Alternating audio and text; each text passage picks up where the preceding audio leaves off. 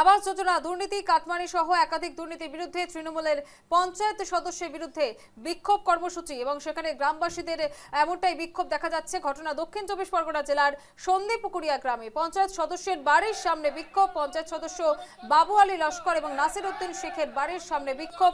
পঞ্চায়েত সদস্য হওয়ার আগে বাবুর আলী লস্কর কাপড়ের জরিপের কাজ করতেন, কিন্তু তারপরই পঞ্চায়েত সদস্য হওয়ার পরে তার বাড়ি বদলে যায়। বিলাসবহুল চকচকে দোতলা বাড়ি তার। আবাস যোজনা দুর্নীতি কাটমানি সহ একাধিক দুর্নীতির বিরুদ্ধে তৃণমূলের পঞ্চায়েত সদস্যের বিরুদ্ধে বিক্ষোভ। ঘটনা দক্ষিণ চব্বিশ পরগনা জেলার সন্দিপুকুরিয়া গ্রাম। পঞ্চায়েত সদস্যের বাড়ির সামনে বিক্ষোভ। গ্রামবাসীদের পঞ্চায়েত সদস্য বাবু আলী লস্কর এবং নাসির উদ্দিন শেখের বাড়ির সামনে বিক্ষোভ।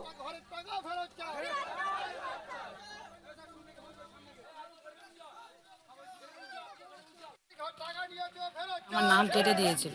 তারপরে আমি ফোন নাম্বারে ফোন করে তারপর আমার ঘর ঢুকলে বলছে যে তোর 10,000 টাকা দিতে হবে। তারপরে আমি বলি আমার তো কেউ নেই, আমি 10,000 টাকা দিতে পারবো না, পরে আমি দেবো। তা বলছে না, এই মুহূর্তে তুমি যদি না দাও তাহলে তোমার ঘরে জিও ট্যাগ করবো না। তা আমি বলি আমি 2-3 হাজার টাকা দেবো। বলছে নাজির বলছে যদি না দিস তাহলে তোর নাম কেটে দেবো বলে তারপরে আমার কাছ থেকে 5,000 টাকা নিয়েছে, বলে যে ঘর টাকা আর কিস্তি ঢুকলে আবার 5,000 টাকা দিতে হবে। হুমকি দিয়ে কি টাকা দিয়ে? আমি বললাম তো ঠিক আছে, টাকা চাইছি, ঠিক আছে দেবো, 10,000 টাকা নিয়ে আমি ঘরটা বাঁধি, টাকা যদি দ্বিতীয় কিস্তি ঢোকে আমি পরে টাকাটা দেবো। বললো না, কোনো কথা হবে না, তুই টাকাটা আগে দিই বলে ঝগড়া করে আমার কাছে 15,000 টাকা নিয়েছি।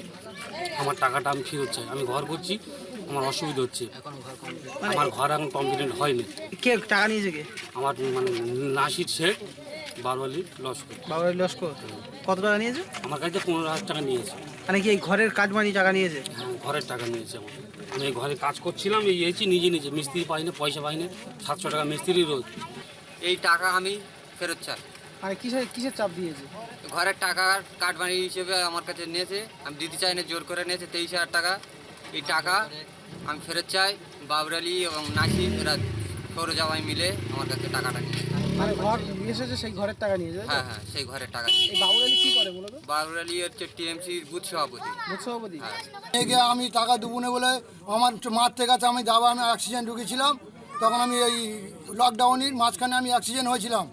অক্সিজেনের বেশ বছর 6-8 মাস পরে আমি সুস্থ মতো একটু হয়েছে, আমি বাড়ি এসেছি। নার্সিংহোমে আমার ছুটি দিয়েছে, আমি বাড়ি এসেছি। আসলে নাসির, বাবর আলীর ভাই আরও গ্রামের অনেক ছেলে নিয়ে আমার বাড়ি যায়, গিয়ে আমার কাছে টাকা চায়। আমি বলছি ভাই তো আমি অ্যাক্সিডেন্ট হয়েছে, আমি টাকা দিতে পারবো না। কিসের টাকা চেয়েছিল? ওই ঘর আবাস যোজনা ঘরের টাকা। ঘর এসেছে আপনার? ঘর আমার এসেছিল, সেই আবাস যোজনা ঘরের টাকা। এই মুহূর্তে আমি রয়েছি ক্যানিং পশ্চিম বিধানসভা কেন্দ্রের সন্দিপুকুরিয়া 173 নম্বর বুথে।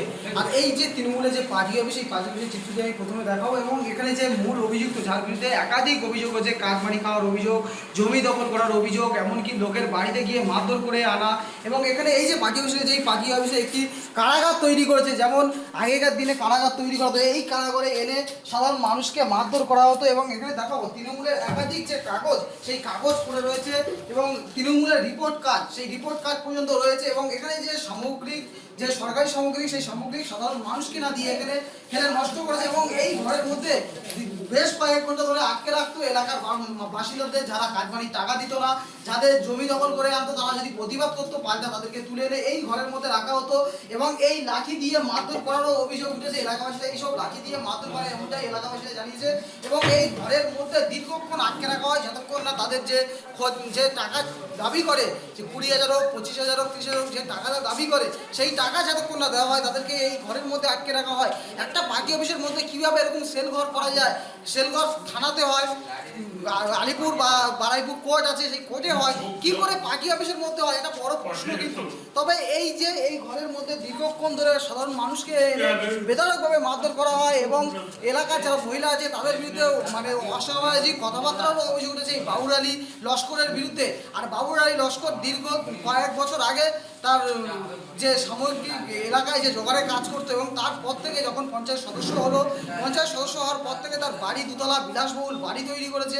এবং বাড়িতে বিলাসবহুল আসবাবপত্র আনা রয়েছে এবং গ্রামবাসীদের চিত্রটি দেখানো বলবো সমস্ত গ্রামবাসীরা জড়ো হয়েছে। সরকার পরিবর্তন হয়েছে, সরকার পরিবর্তন হওয়ার পরে তারা সাহস পেয়েছে এই তৃণমূল সরকারের বিরুদ্ধে বলার জন্য এবং এখানে প্রচুর লোক রয়েছে।